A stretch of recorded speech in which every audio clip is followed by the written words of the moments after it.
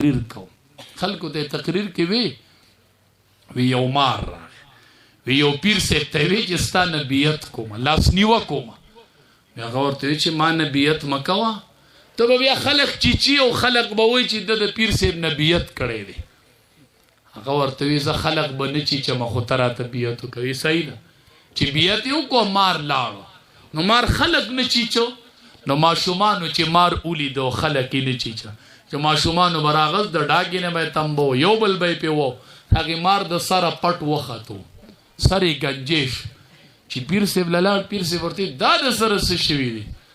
وی حضرت تا راته وی چې ټک مه ورکوه چې دې حال ته راورسېده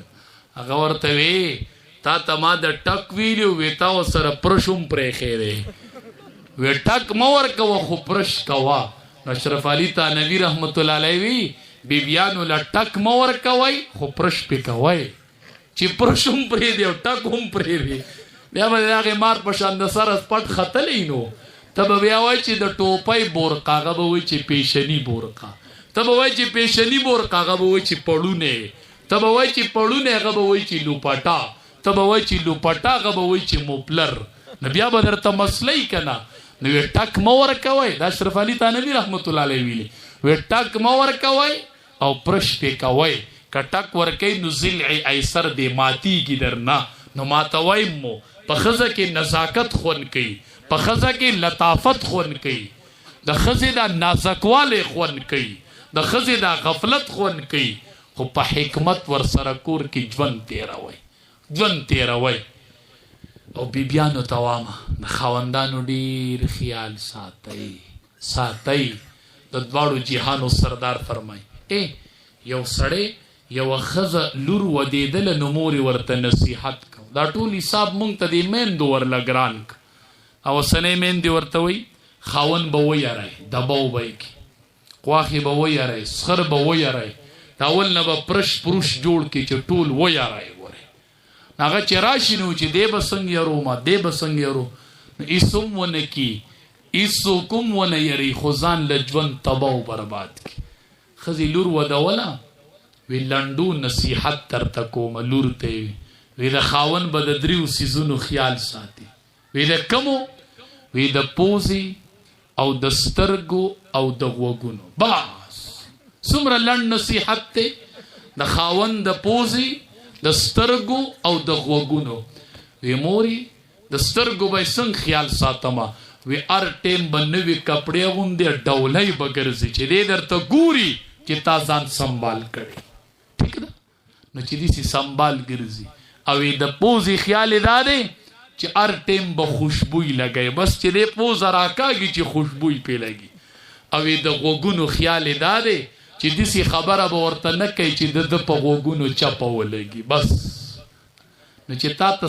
داسې خبره هم نه کوي چې په تا چپه لګي او اینې ټیم یې ځان سنبال کړی اترې لګولي دې سره به ته جنګ وکړي دې سره به هسې بې وجې به خاوند څنګه به دا خاوند جنګ کوي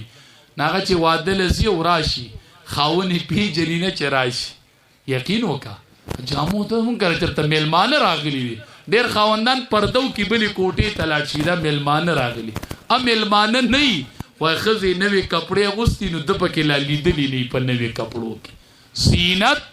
د ښځې دا د خاوند حق دی دا د خاوند حق دی نبی علیه السلام فرمایي د جنتي ښځې صفت اولنې دا دی چې دا به په خاوند عاشق وي دا به په خاوند مینه وي دا به بچي ډېر راوړي بچي به راوړي په خاوند به مینه وي او چې کله تینا خاوند خفه شي نو څه چل به کوي څه چل به کوي امام الانبیا فرمایي زه نه وایم ښه نبی علیه السلام فرمایي جنتي ښځې صفت دا دی چې خاوند تینا خفه شي دا به د خاوند لاس روالي داسې به یې پرې خپل لاس کې ونیسي خاوند ته به وایي د هغې پورې را باندې خوب حرام دی چې د څو پورې ته رضا شوې نه وي خاوند خفه شي نو دا وایي زه به ځان له تهجد وکړم زه به ځان له نن شپه تهجد وکړم څه وامه ستا تهجد منمه خو سار به د عالم نه د تهجد شرعي حیثیت معلومه چې خاوند خفه و ګناه زما وه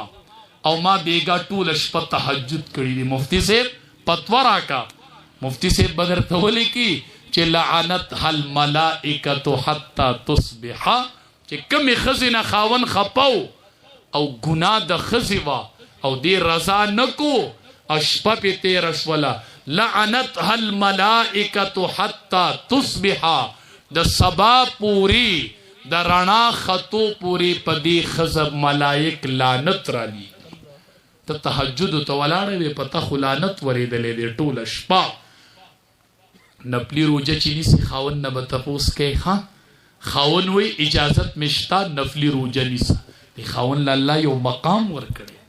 نه به نیسی نفلی روجه، وای نه نیسم. خاون وای تهجد به نه کوي، د تهجد په ټیم به پاسي او ماله به دا سر مالش کوي، وای تاله به سر مالش کوم بس ځکه ته چې مړه شمه ما نه به اول د فرضو تپوس کېږي، بیا پسې تهجد نشتا عن بعلها، په فرضو پسې خاون دی، نفلی روجه نشتا عن بعلها، تعالی د تهجدنا د خاون چاپیړو بیدا زکه د دې خاون تپوس په د تهجدنا مخکې خبر نه رشکا کې بناستي برقه به پشاړه ولې تسبیح وسره ذکر بکې زوامه موري خوري ذکر مکوا، ذکر مکوا. دا تسبیح په جیب کې کېده خدا مخ پټ کا کنه، د دې مخ الله تپوس کی او د دې ذکر الله تپوس نه کوي،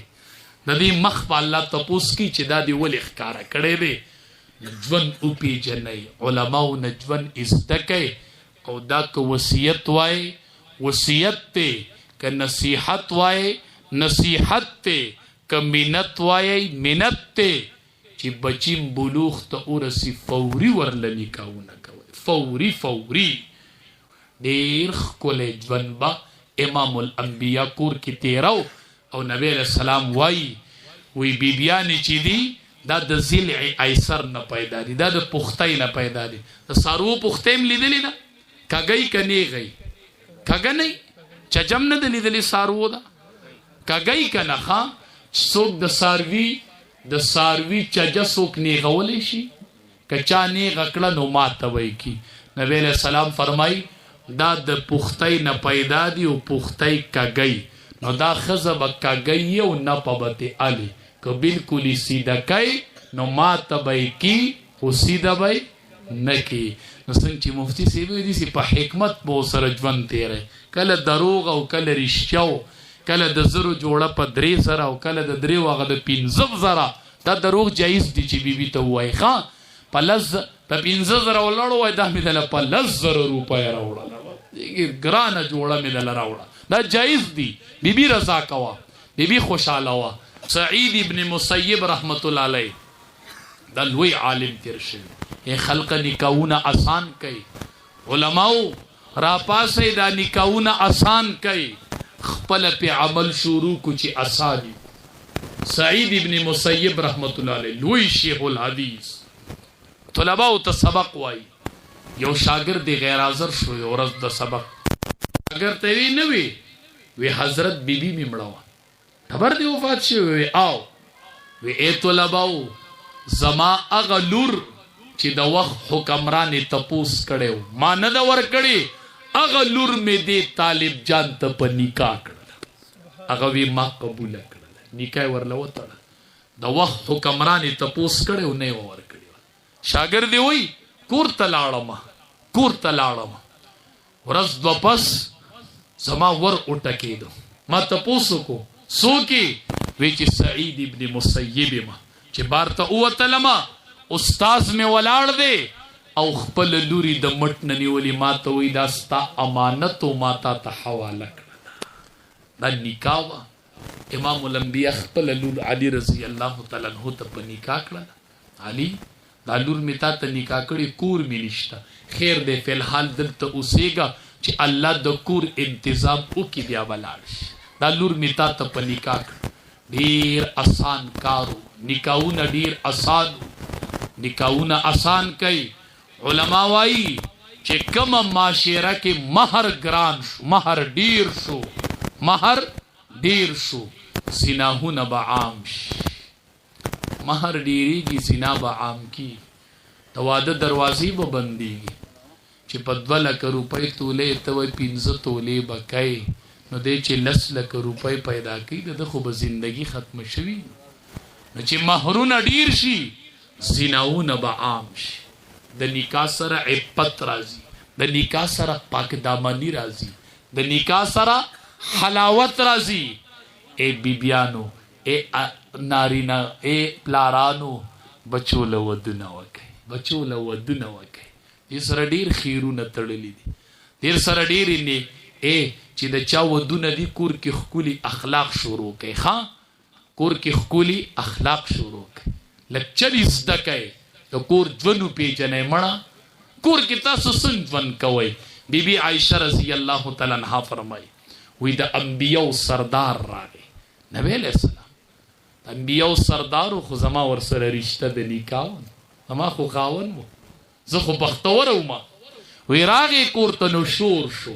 نبی علیہ السلام دسی ادریدو تماشې کوله یو حبشي زنانه و هغه دسی رقص شان کو ماشومان ورته راټول شي ماته بیبي عائشہ راشه زرالم وی چې تماشا وکا وی مې پدې زنه کې خدای نبی علیہ السلام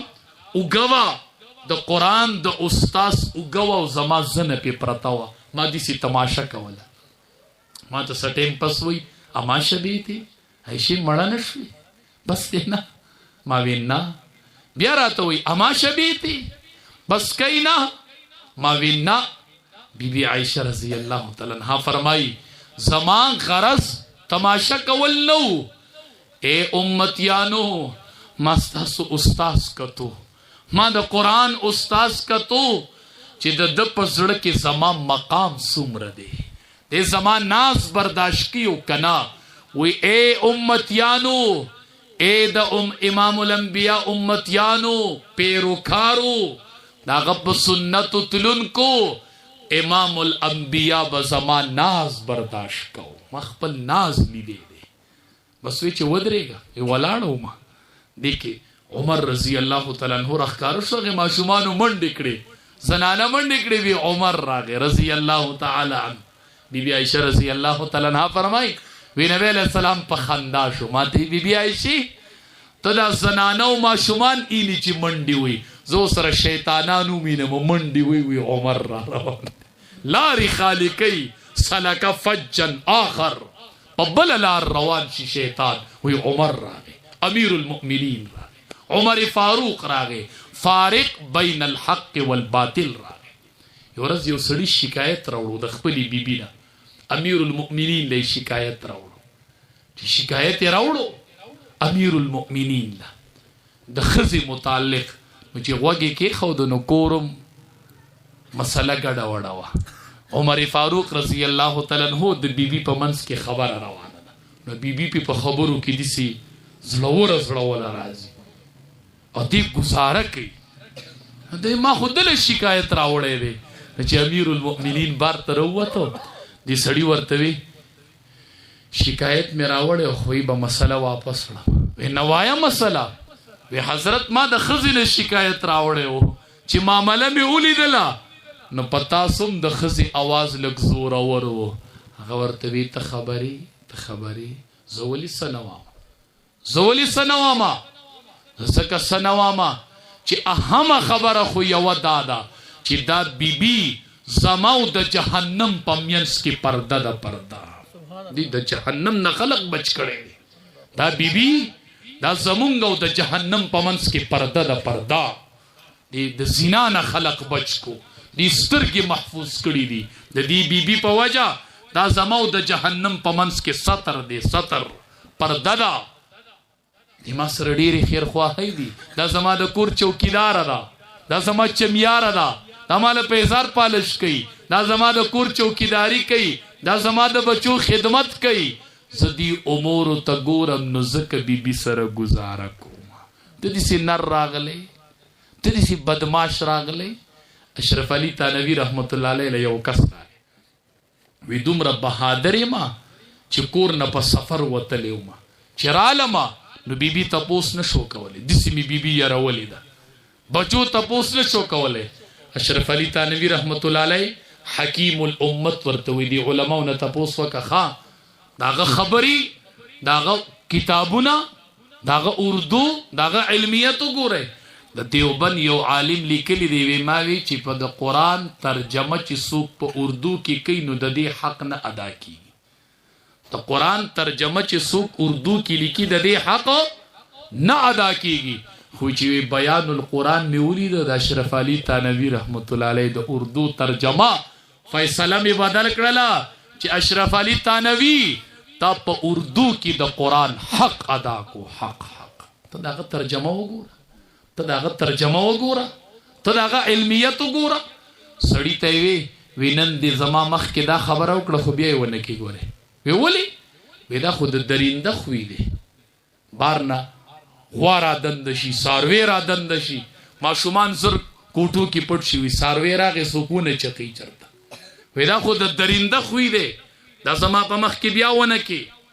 په دې فخر ونه کې وی چې ته راغلی وې او تا ته بیبي راغلی وې تا له بچي را چا لاس نه نیولی وې چا ویښتو ابو چرته تللی وې موږ د پسې خپه وو ګوره تا ولې موږ ته اطلاع نه کوله ټول بچي او بیبي را پڼ شوی وې ته یې راګیر کړی وې تا نه یې تپوسونه کړی وې زما په مخ کې وي بیا دا خوی ونه کې چرته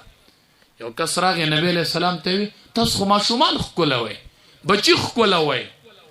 ما خو چرته بچي ښکل نه کړل نبی علیه السلام ورته وی چې الله ستا د زړه نه رحمت ایستلی نو زه یې پکې په زور ورواچوم زه یې پکې ورواچوم دا الله ایستلی دی دا خوی نه دی په دې فخر مه کوه چې زه بیبي سره سټریک چلیږم نبی علیه السلام صحابه ورته وی په تاسو ټولو کې غوره په تاسو ټولو کې غوره په تاسو ټولو کې غوره هغه کس دی چې هغه د خپلې بیبي سره ښي او زه ستاسو د ټولو نه غوره یم ځکه چې زه تاسو ټولو کې د خپلې بیبي سره ښه یم خواله دا دی ښه خواله وپېژنئ مړه چې د ژوند په خوږو پوه شئ